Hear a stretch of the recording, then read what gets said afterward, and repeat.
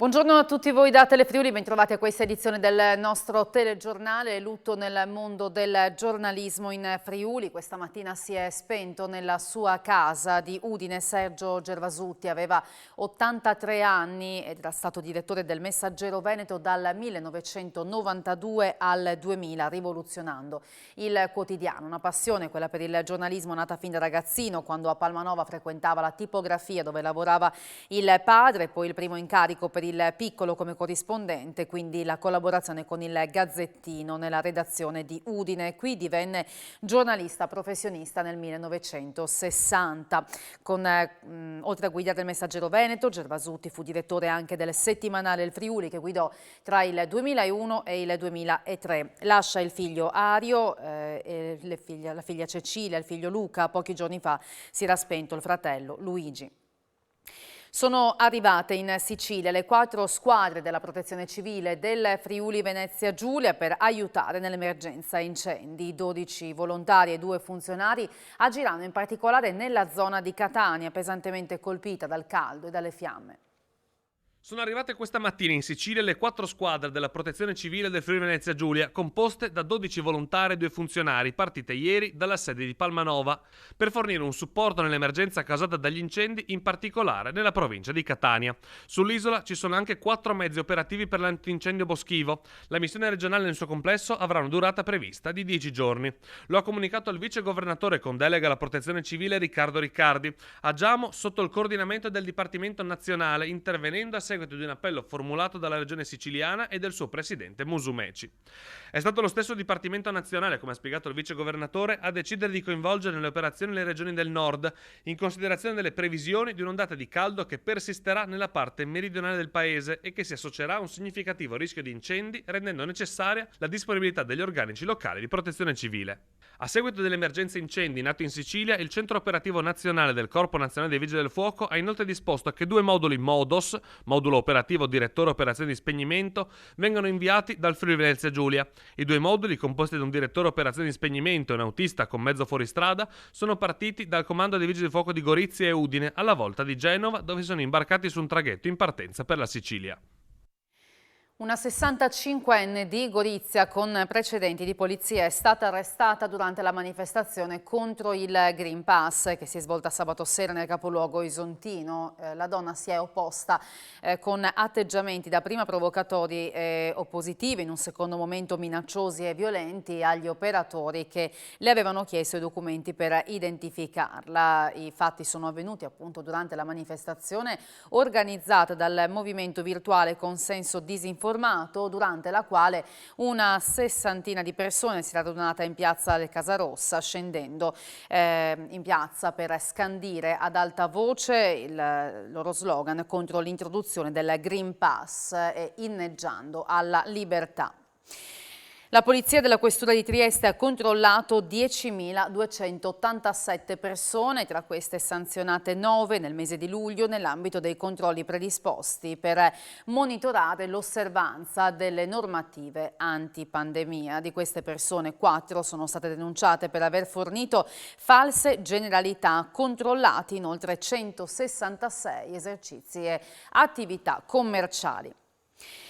Pedone investito da un veicolo questa mattina ad Aquileia. L'incidente è avvenuto alle 9:30 in via Giulia Augusta, la strada principale che passa dal centro abitato. La persona travolta fortunatamente non è in pericolo di vita, ma ha subito un serio trauma cranico commotivo. Sul posto l'112 ha inviato l'elicottero sanitario che ha trasportato la vittima sbalzata a terra al pronto soccorso dell'ospedale di Cattinare di Trieste per tutte le cure del caso. La dinamica dell'incidente è ora al vaglio dei carabinieri della compagnia di Palmanova, che sono giunti subito dopo l'incidente sia per i rilievi che per garantire la viabilità lungo un'arteria spesso trafficata. Olimpiadi, ora con diversi friulani in gara dopo le medaglie d'oro nel weekend. Su pista questa mattina Jonathan Milan ha fatto segnare il record italiano con la nazionale di inseguimento a squadre, mentre la triestina Francesca Genzo è arrivata seconda in batteria nella canoa sprint, garantendosi l'accesso alla semifinale. 3 minuti, 45 secondi e 895 centesimi. È il nuovo record italiano, quello fatto segnare da Francesco Lamon, Simone Consonni, Filippo Ganna e il buiese Jonathan Milan nella batteria di inseguimento a squadre su pista alle Olimpiadi di Tokyo 2020. Una super gara sui 4 km che permette al quartetto di accedere alle semifinali e puntare dritti a una medaglia. Una prestazione da incorniciare per i 4 che per un tratto di gara sono stati i più veloci di tutti. La Nuova Zelanda, quella che sarà avversaria per la vittoria finale, si è piazzata alle spalle degli azzurri di una manciata di centesimi. Più forte di tutti invece la Danimarca, nuovo record olimpico e a un passo dal record mondiale. I danesi affronteranno la Gran Bretagna, arrivata quarta. Semifinale anche per la triestina Francesca Genzo nella canoa sprint, seconda in batteria sui 200 metri, dietro solamente alla danese Jorgensen.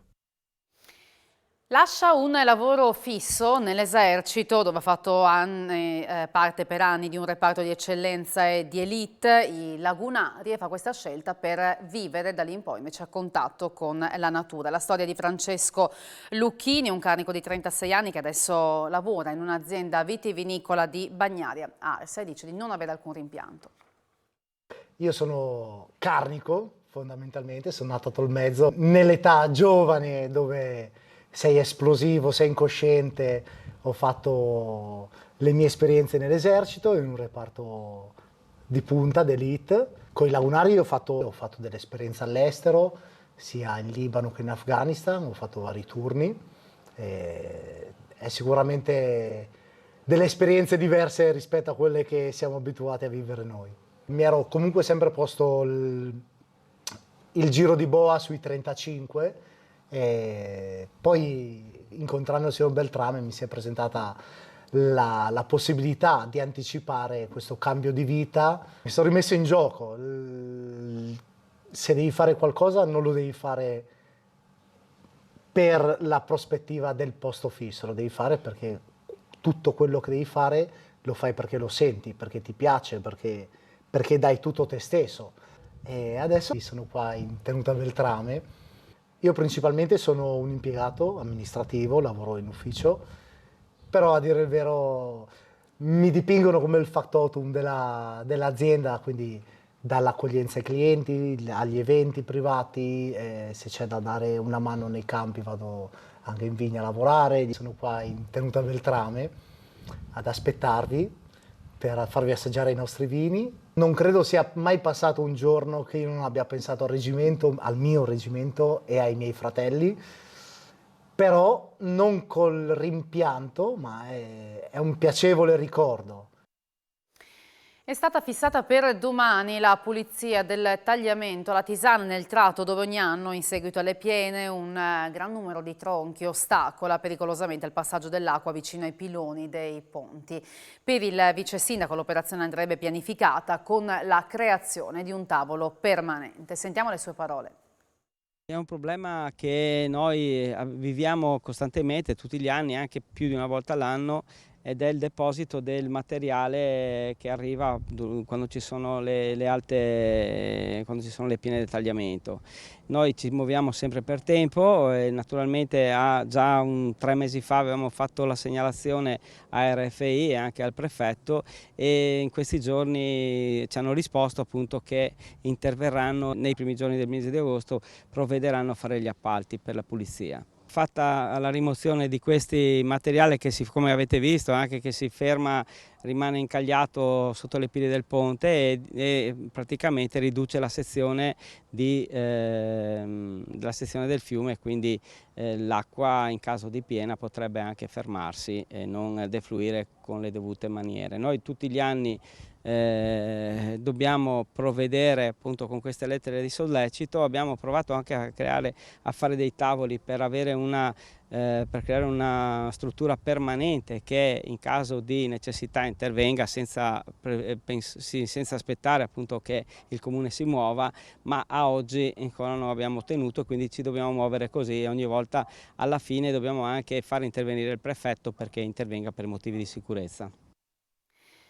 E per questa edizione è tutto, vi ricordo tra poco l'appuntamento con A Voi la Linea, grazie per averci seguito e buon proseguimento di giornata, arrivederci.